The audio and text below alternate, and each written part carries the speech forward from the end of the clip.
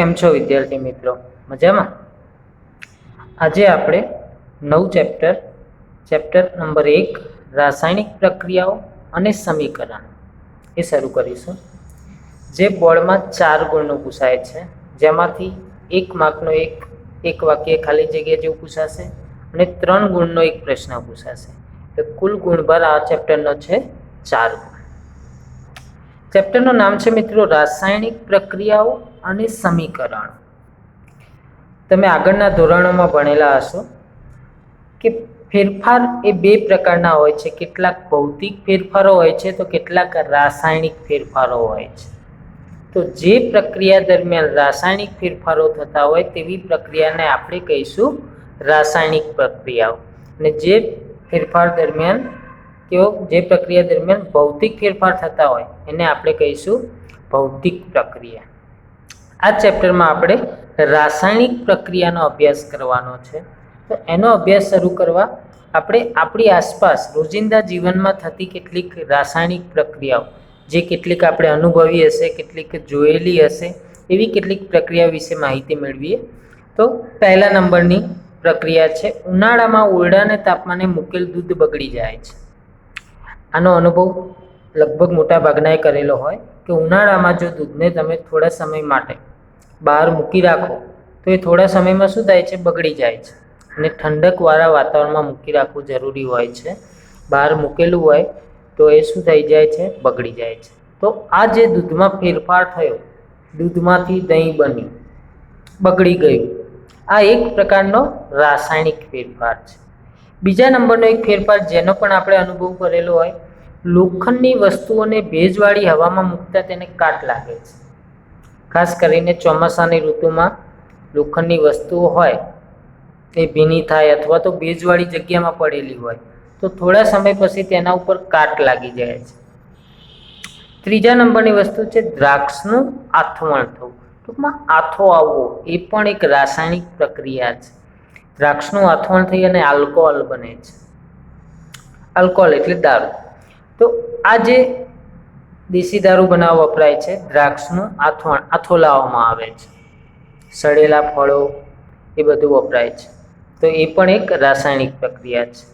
ખોરાકનું રંધાવું, તમે ભાત જોઈ લો, દાળ જોઈ લો, કાચી હોય છે અને પછી એમાંથી એને રાંધવામાં આવે છે. તો આ જે પ્રક્રિયા થાય છે, કેવી પ્રક્રિયા છે? રાંધવાની પ્રક્રિયા. એ પણ રાસાયણિક પ્રક્રિયા છે.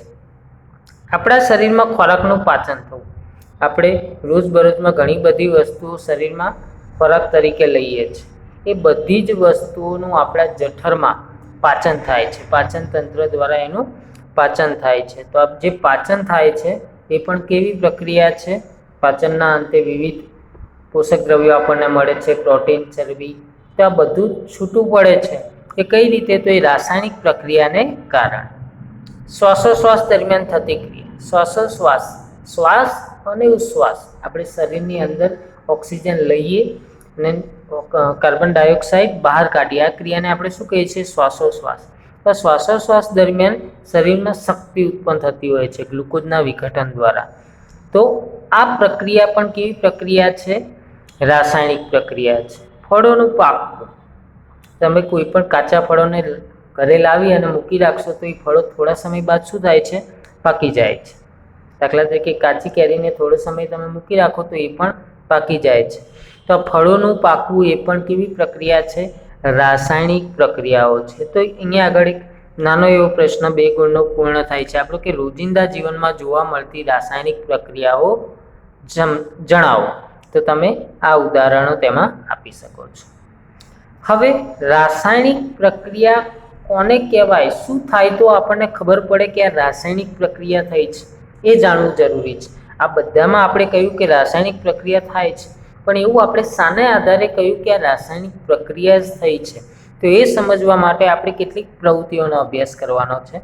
એમાંથી તમારા બુકની પ્રવૃત્તિ નંબર 1.1 જે છે મેગ્નેશિયમની પટ્ટીનું હવામાં દહન થવું, હવામાં દહન કરવું. તો મેગ્નેશિયમ એની પટ્ટી તમે પ્રયોગશાળામાંથી મેળવી અને તેને ચીપિયા વડે પકડવાની છે. તેને હાથ વડે ડાયરેક્ટ પકડવાની નથી. ચીપિયા વડે પકડી તેને બર્નરની જ્યોતમાં સળગાવો. પરંતુ આ પ્રવૃત્તિ કરતાં પહેલાં તમે મેગ્નેશિયમની પટ્ટી જ્યારે લાવો છો ત્યારે તેને કાચ પેપર વડે ઘસવી પડે છે. તો આ પણ એક કારણ છે સમજવા જેવું કે શા માટે એને કાચ પેપર વડે ઘસવામાં આવે છે. તો એ સમજીએ કે મેગ્નેશિયમ એ ખૂબ જ ક્રિયાશીલ ધાતુ છે, અતિ ક્રિયાશીલ, ખૂબ જ જલ્દીથી પ્રક્રિયા કરી લે એવી ધાતુ છે મેગ્નેશિયમ. માટે આ ધાતુ લાંબા સમયથી ક્યાંક પડી હશે તો એની આસપાસ કોઈ બીજી ધાતુનું અથવા ક્ષારનું આવરણ જામી ગયું હોય છે.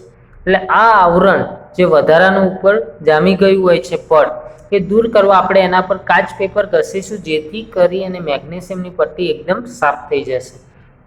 કારણ કે મેગ્નેશિયમ કેવી ધાતુ હતી, ખૂબ જ ક્રિયાશીલ. હવે પ્રવૃત્તિ, એની રીત, જો મિત્રો આ ત્રણેય પ્રવૃત્તિ હું જે સમજાવીશ કઈ રીતે કરવાની છે તો એની રીત તમને બુકમાં આપી છે કે પહેલાં આ લો પછી આ ઉમેરો. એટલે રીત અહીંયા આગળ મેં લખી નથી, ફક્ત એના અવલોકનો અને એ પ્રક્રિયા દરમિયાન શું થાય છે એની વાત મેં અહીંયા આગળ લખેલી છે.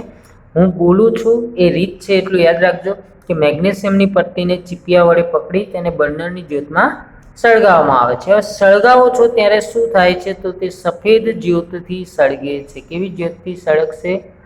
સફેદ જ્યોતથી સળગશે. યાદ રાખજો ખાલી જગ્યા એક વાક્ય માટે. મેગ્નેશિયમની પટ્ટી એ સફેદ જ્યોતથી સળગે છે. હવે મેગ્નેશિયમની પટ્ટી જ્યારે સળગી જશે, તમે બર્નરની જ્યોતમાં સળગાવશો એટલે સફેદ જ્યોતથી સળગશે.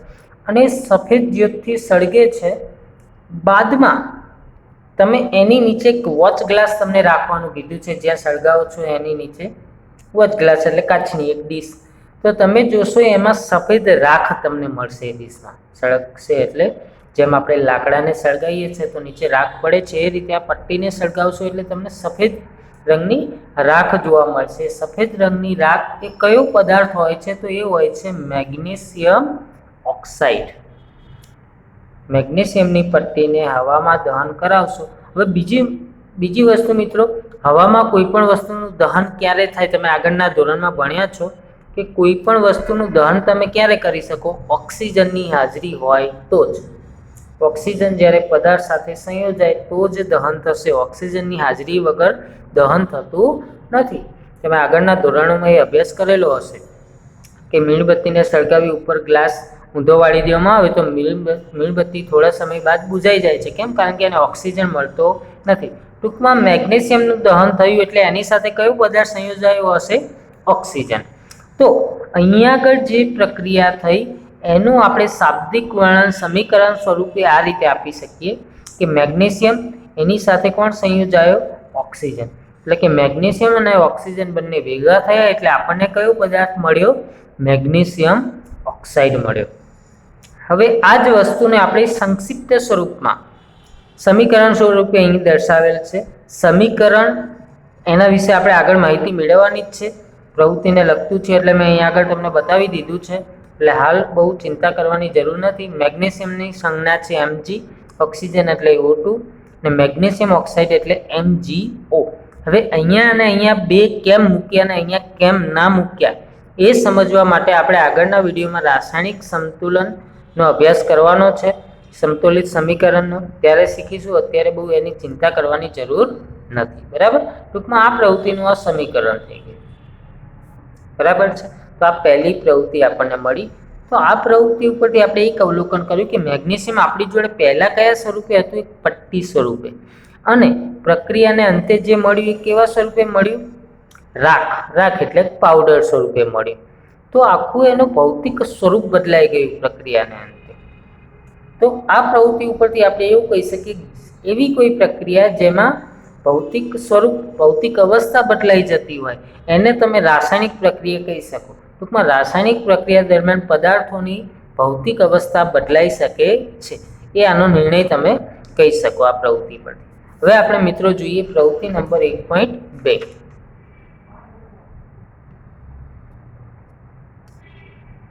પ્રવૃત્તિ નંબર 1.2 એ છે લેડ નાઇટ્રેટ અને પોટેશિયમ આયોડાઇડ વચ્ચે થતી પ્રક્રિયા. તો આ પ્રવૃત્તિ કરવા માટે તમારે શું કરવાનું છે કે એક કસનળી લેવાની છે, એમાં લેડ નાઇટ્રેટનો પાવડર લઈ અને એનું દ્રાવણ બનાવીને એ ઉમેરવાનું છે અને એમાં લેડ નાઇટ્રેટનું દ્રાવણ કસનળીમાં લેવાનું છે ને એમાં પોટેશિયમ આયોડાઇડનું દ્રાવણ લેવાનું છે. તો તમે આ પ્રવૃત્તિ પરથી પહેલાં તો એ અવલોકન કરશો કે જે લેડ નાઇટ્રેટ છે એ સફેદ રંગનું હશે. એનો પાવડર કેવા રંગનો હશે? સફેદ રંગનો. અને પોટેશિયમ આયોડાઇડનું જે દ્રાવણ હશે એ રંગવિહીન હશે, એનો કોઈ રંગ હશે નહીં. તો આ પહેલાં અવલોકન આપણે પ્રવૃત્તિ કરતાં પહેલાં જોઈ લેવાનું છે કે બંનેનો રંગ કેવો છે. લેડ નાઇટ્રેટ કેવા રંગનું છે અને પોટેશિયમ આયોડાઇડ કેવું છે? તો રંગવિહીન છે. અહીંયા આગળ 2 અણુસૂત્રો મેં લખ્યા છે. આ ચેપ્ટરમાં આવતા બધા જ સંયોજનોના અણુસૂત્રોની એક PDF હું પછી આપી દઈશ તમને, અથવા ફોટો આપી દઈશ. અત્યારે આ પ્રવૃત્તિ પૂરતા યાદ રાખીશું કે લેડ નાઇટ્રેટ એનું અણુસૂત્ર છે PbNO3 ટ્વાઇસ. પોટેશિયમ આયોડાઇડનું અણુસૂત્ર છે Ki. K એટલે પોટેશિયમ, I એટલે આયોડાઇડ. બરાબર. ધોરણ 9માં તમે આ બધો અભ્યાસ કર્યો જ છે. નાઇટ્રેટ, NO3 એટલે શું બોલાય? નાઇટ્રેટ બોલાય. Pb એટલે લેડ. તો આ પ્રવૃત્તિ બંનેને તમે કસનળીમાં ઉમેરશો એટલે બંને વચ્ચે શું થશે? પ્રક્રિયા થશે. અને પ્રક્રિયાને અંતે જો લેડ નાઇટ્રેટ છે એની જગ્યાએ બની જશે લેડ આયોડાઇડ. Lead iodide. અને પોટેશિયમ આયોડાઇડની જગ્યાએ બની જશે પોટેશિયમ નાઇટ્રેટ. બંને ક્રોસ થઈ જશે, લેડ આયોડાઇડ અને પોટેશિયમ નાઇટ્રેટ. તો આ 2 આપણને વસ્તુઓ પદાર્થો મળશે પ્રક્રિયાને અંતે. એનું અણુસૂત્ર અહીંયા બતાવેલું છે. લેડ નાઇટ્રેટ એટલે PbNO3 અને પોટેશિયમ આયોડાઇડ એટલે Ki. તો લેડ એટલે કે Pb સાથે કોણ જોડાઈ ગયું? આયોડાઇડ, એટલે PbI2. અને પોટેશિયમ નાઇટ્રેટ એટલે પોટેશિયમ એટલે K, નાઇટ્રેટ એટલે NO3. 2 કામ મૂકીએ કારણ કે સંતુલિત કરેલું છે. સંતુલન વિશે આપણે આગળ અભ્યાસ કરીશું. પરંતુ આ પ્રક્રિયાને અંતે આપણે જે સમજવાનું છે, અત્યારે સમીકરણો યાદ રાખવાની કોઈ જરૂર નથી તમારે, પણ જે સમજવાનું છે એ હતું કે લેડ નાઇટ્રેટ તમે કસનળીમાં લીધું ત્યારે સફેદ રંગનો હતો. પોટેશિયમ આયોડાઇડ જ્યારે તમે લીધું ત્યારે રંગવિહીન હતું, એનો કોઈ રંગ હતો નહીં. પરંતુ આ 2 તમને પદાર્થો જે મળશે તો તમે કસનળીમાં જોઈ શકશો, તમને પીળો રંગ જોવા મળશે. અને એ પીળો રંગ હોય છે લેડ આયોડાઇડનો. એ લેડ આયોડાઇડ એ પીળો રંગ ધરાવતું હોય છે. ટૂંકમાં આ પ્રવૃત્તિને અંતે તમે એવું કહી શકો કે કોઈ પણ રાસાયણિક પ્રક્રિયામાં પદાર્થોનો રંગ પરિવર્તન પણ જોવા તમને મળે છે. બરાબર છે. તો આ હતી પ્રવૃત્તિ નંબર 1.2. હવે જોઈએ મિત્રો પ્રવૃત્તિ નંબર 1.3. એમાં ઝિંક ધાતુ અને મંદ હાઇડ્રોક્લોરિક એસિડ વચ્ચે થતી પ્રક્રિયા આપણે સમજવાની છે. તો આ પ્રક્રિયા માટે તમારે કોનિકલ ફ્લાસ્ક, આ જે છે કોનિકલ ફ્લાસ્ક લેવાનો છે. એની અંદર તમારે ઝિંક ધાતુના ટુકડા ઉમેરી દેવાના છે. એના ટુકડા હશે.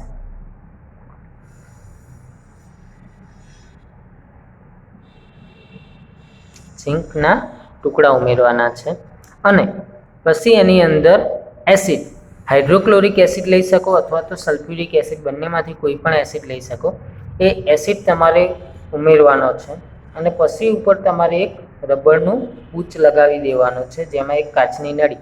આ કાચની નળી કેમ રાખવામાં આવે છે બૂચની અંદર? કારણ કે આ પ્રક્રિયાને અંતે વાયુ ઉત્પન્ન થાય છે, તો વાયુને બહાર નીકળવા માટે કાચની નળી રાખવામાં આવે છે.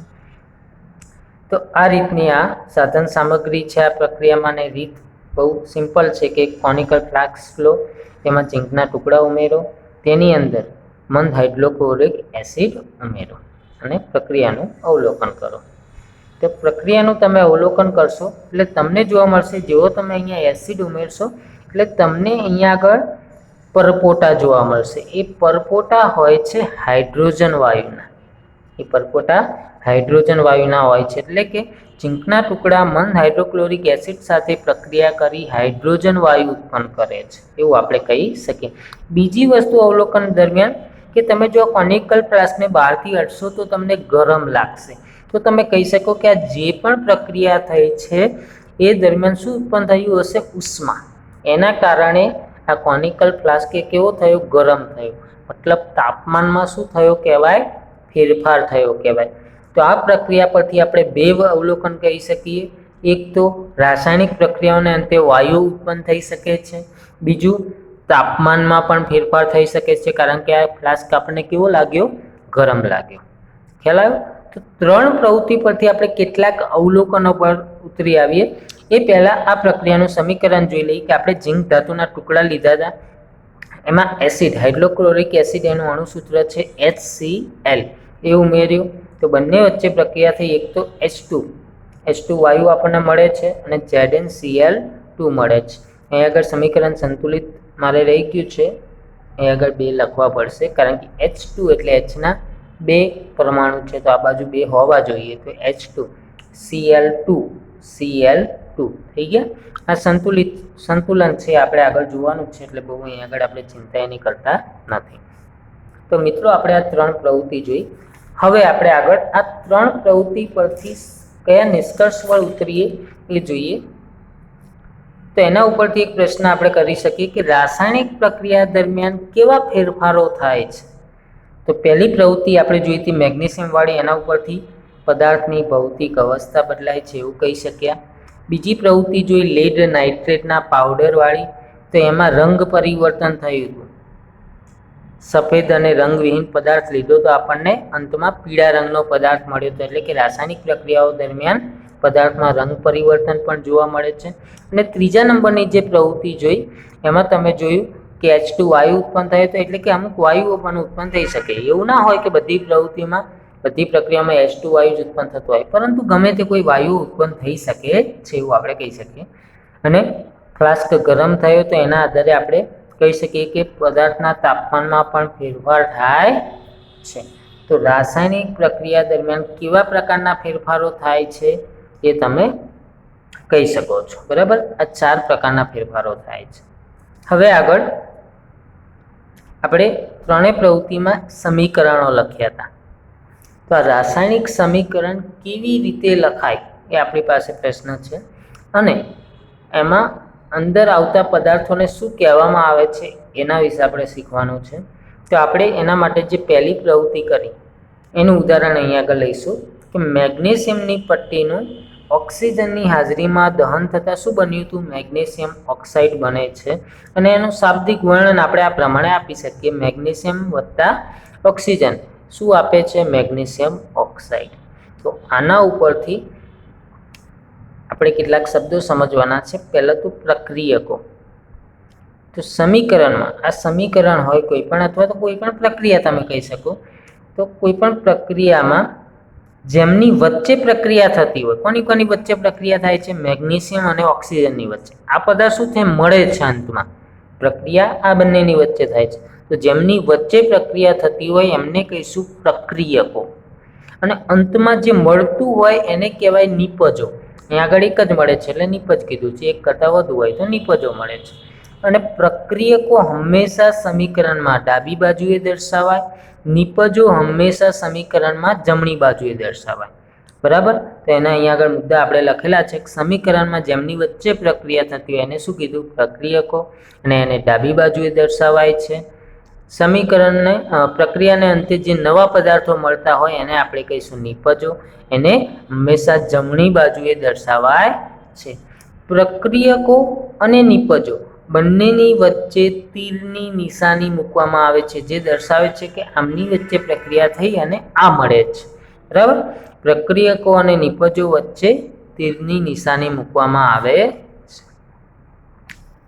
જો એક કરતાં વધુ પ્રક્રિયકો પ્રક્રિયામાં ભાગ લેતા હોય, અહીંયા આગળ કેટલા પ્રક્રિયકો છે? 2, મતલબ કે એક કરતાં વધુ. હવે તમને થશે કે એક પ્રક્રિયક હોય તો કોની સાથે પ્રક્રિયા થાય? શું બને? તો ઘણા પદાર્થો એવા હોય જેમને માત્ર ગરમ કરો તો કંઈક બીજું બની જતું હોય છે. તો ત્યાં આગળ પ્રક્રિયા કેવો હશે? એક જ. બરાબર છે. દાખલા તરીકે આપણે કેલ્શિયમ કાર્બોનેટને ગરમ કરીશું તો એમાંથી કેલ્શિયમ ઓક્સાઇડ અને કાર્બન ડાયોક્સાઇડ વાયુ બને છે. તો આ બાજુ પ્રક્રિયા કેટલો હશે? 1. માનો કે એક કરતાં વધુ હોય તો વચ્ચે કઈ સંજ્ઞા મૂકવાની છે? પ્લસની સંજ્ઞા.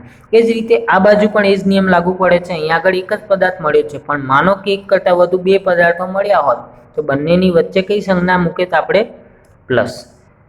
બરાબર છે. જો એક કરતાં વધુ પ્રક્રિયકો પ્રક્રિયામાં ભાગ લેતા હોય તો તેમની વચ્ચે પ્લસની સંજ્ઞા મૂકવામાં આવે છે. તે જ રીતે એક કરતાં વધુ નિપજો મળતી હોય તો તેમની વચ્ચે પણ પ્લસ સંજ્ઞા મૂકવામાં આવે છે. તો આ પ્રશ્ન આપણો થયો રાસાયણિક સમીકરણ કેવી રીતે લખાય, બરાબર છે।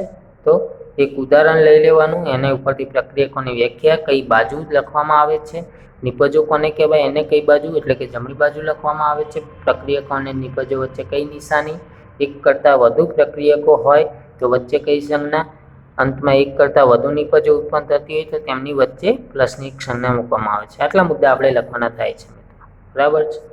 હા, તો પ્રશ્ન રાસાયણિક સમીકરણ કેવી રીતે લખાય, બરાબર। અને એ સમીકરણ આપણે શાબ્દિક જોયું, આ એનું સંક્ષિપ્ત સ્વરૂપ કહેવાય, આ એનું કયું સ્વરૂપ કહેવાય, સંક્ષિપ્ત સ્વરૂપ, બરાબર છે। તો આપણે હવે સમજીએ અસમતોલિત રાસાયણિક સમીકરણ।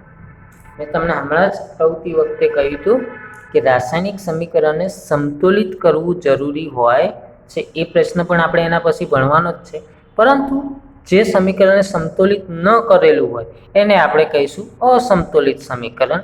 એનું બીજું નામ છે કંકાલ રાસાયણિક સમીકરણ, ત્રીજું નામ છે માળખાકીય રાસાયણિક સમીકરણ, જે ફક્ત માળખું દર્શાવે, જેમ કે આ રહ્યું મેગ્નેશિયમ અને ઓક્સિજન વચ્ચે પ્રક્રિયા થઈ મેગ્નેશિયમ ઓક્સાઇડ બને છે, આ એક માળખું થયું। અહીં આગળ સંતુલન નથી, જો મેં આગળ સમીકરણ છે એમાં અહીંયા 2 લખેલા છે, અહીંયા 2 લખેલા છે, આમાં મેં લખ્યા નથી, આ ફક્ત શું દર્શાવે છે, માળખું દર્શાવે છે। તો જે રાસાયણિક સમીકરણમાં દરેક તત્વના પરમાણુની સંખ્યા સમાન ન હોય, જેમ કે અહીંયા તમે જોઈ શકો છો ઓક્સિજનના કેટલા પરમાણુ છે, 2, અહીંયા આગળ ઓક્સિજનનો કેટલો પરમાણુ છે, 1, મતલબ કે સમીકરણમાં દરેક તત્વના પરમાણુની સંખ્યા સમાન નથી, અને ન હોય એવા સમીકરણને કંકાલ રાસાયણિક સમીકરણ અથવા તો અસમતોલિત રાસાયણિક સમીકરણ કહે છે। આ ફક્ત વ્યાખ્યા રાખવાની છે આપણે। તો આ જે અસમતોલિત સમીકરણ છે એને સમતોલિત કરવું જરૂરી છે, કેમ, એ આપણો પ્રશ્ન છે। તો ધોરણ 9માં તમે દળ સંચયનો નિયમ ભણેલા છો, દ્રવ્યનું સર્જન કે વિનાશ શક્ય નથી, આવો એક નિયમ આવતો હતો તમારે રસાયણમાં કે દળ સંચયના નિયમ મુજબ નવા દ્રવ્યનું ક્યારેય સર્જન થતું નથી કે વિનાશ પણ થતો નથી, વિનાશ પણ શક્ય નથી।